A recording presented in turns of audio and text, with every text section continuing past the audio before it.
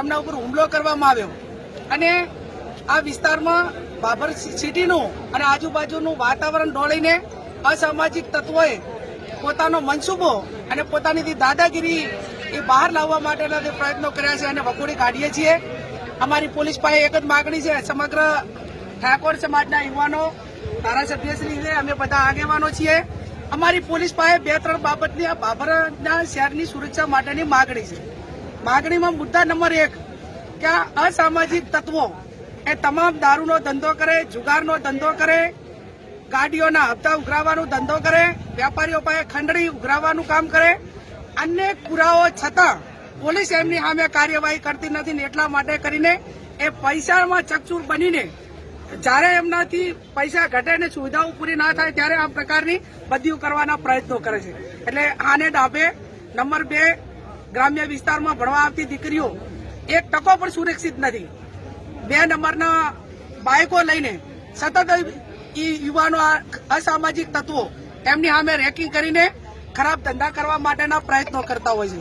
બીજું, આવડો મોટો ઠાકોર સમાજ હોવા છતાં જો એ સમાજને જેમ ઢોર જુડે એમ નિર્ભય રીતે બેફામ રીતે મારતા હોય તો બીજા ગરીબ સમાજો એ કઈ રીતે બાબરની અંદર રહી શકે ને એમને કઈ રીતે આપણે એમને પ્રોટેક્શન આપી શકીએ, એ પણ અમારી પોલીસ પાસે માગણી। બીજું કે આ ઘટના બની એ ટાઈમે બાબર ટાઉનની પોલીસ અહીંયા હાજર હશે, એને પોઈન્ટ આપેલો છે, તો પોલીસે પોતાની જે જવાબદારી છે એ શા માટે કાર્યવાહી ન કરી? જ્યારે એ લોકો મારીને નાહી ગયા અને એમ્બ્યુલન્સ આવી ત્યાં સુધી પોલીસનું કોઈ કાર્યવાહી નજરની સામે નથી આવી।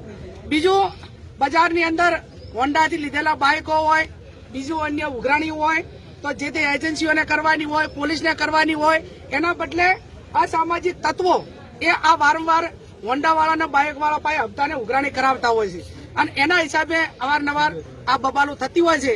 એટલે આ કેસમાં અમારી ગંભીરતાપૂર્વક પોલીસ પાસે માગણી છે, તમામ આરોપીઓને પકડીને જેલને હવાલે કરે અને જેમ રાજ્યના ગૃહમંત્રીએ કીધું કે અસામાજિક તત્વો જે તે ટાઉનમાં છે એનું વરઘોડું કાઢવામાં આવશે।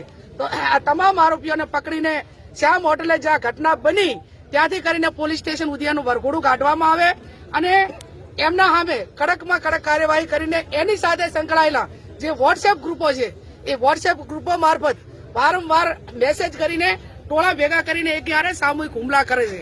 તો આ કઈ રીતે બંધ થાય આ બાબતની માગણીઓ એ અમારી પોલીસ પાસે છે।